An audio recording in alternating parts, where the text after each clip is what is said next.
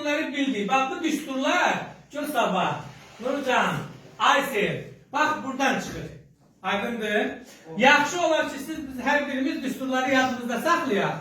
Ama çıkarışını da bilende laf yaxşıdır. Yani bu buradan alınır. Ben promo düsturları yazmıram. Yani hardan alındığını gösterdi. Gördünüz mü? Yani biz trigonometri ya da bucaqları mesela düz bucaqlı, üç bucaqda sinusu, kosinüsü, tangenisi bilmeseydik, bak bu düsturları da çıkarda bilmezdik. Aydındır. Şimdi mesela tutaq ki ixtiyari bir üç bucaq verilir bize. Bakın. İxtiyari bir üç bucağın fərz eləyək bunun daxilinə bir çevrə çəkilir. Bak bunun radyosu aydındır. Gene biz kiçik E ilə işarə edirik. Radyosuda bak bu tərəflərə perpendikulyardır.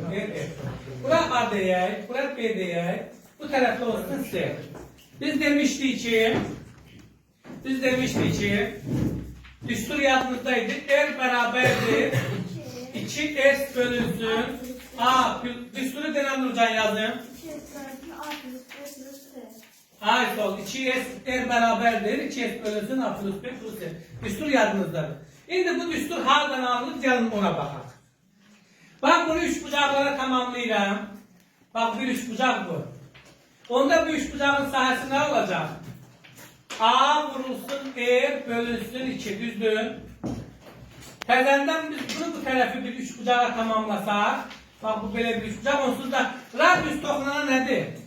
Radius toxunan perpendikulär. Ay sağ ol. Da elə bil ki bak bu üç bucağın hündürlüğü olur R. Üste gelsin.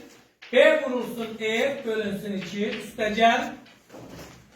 Bu taraftan 2'de 1 yani C vurulsun R bölünsün 2 beraberdir.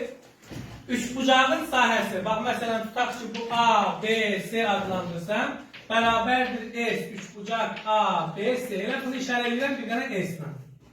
İndi uşaqlar buradan R'i mötənizə xaricinə versəm alacağım A plus B plus C. Hər tərəfini 2'ye vursam 2S alacağım. Bəli. Buradan R'imiz nəyə bərabər olacaq? 2S bölünsün A plus B A plus B plus C. Bəli. Demək aldıq ki, ixtiyari üç bucağın tərəfləri ABC olan üç bucağın daxilinə çəkilmiş çevrənin radyosu R bərabərdir, 2 R bərabərdir, 2S bölünsün A plus B plus C.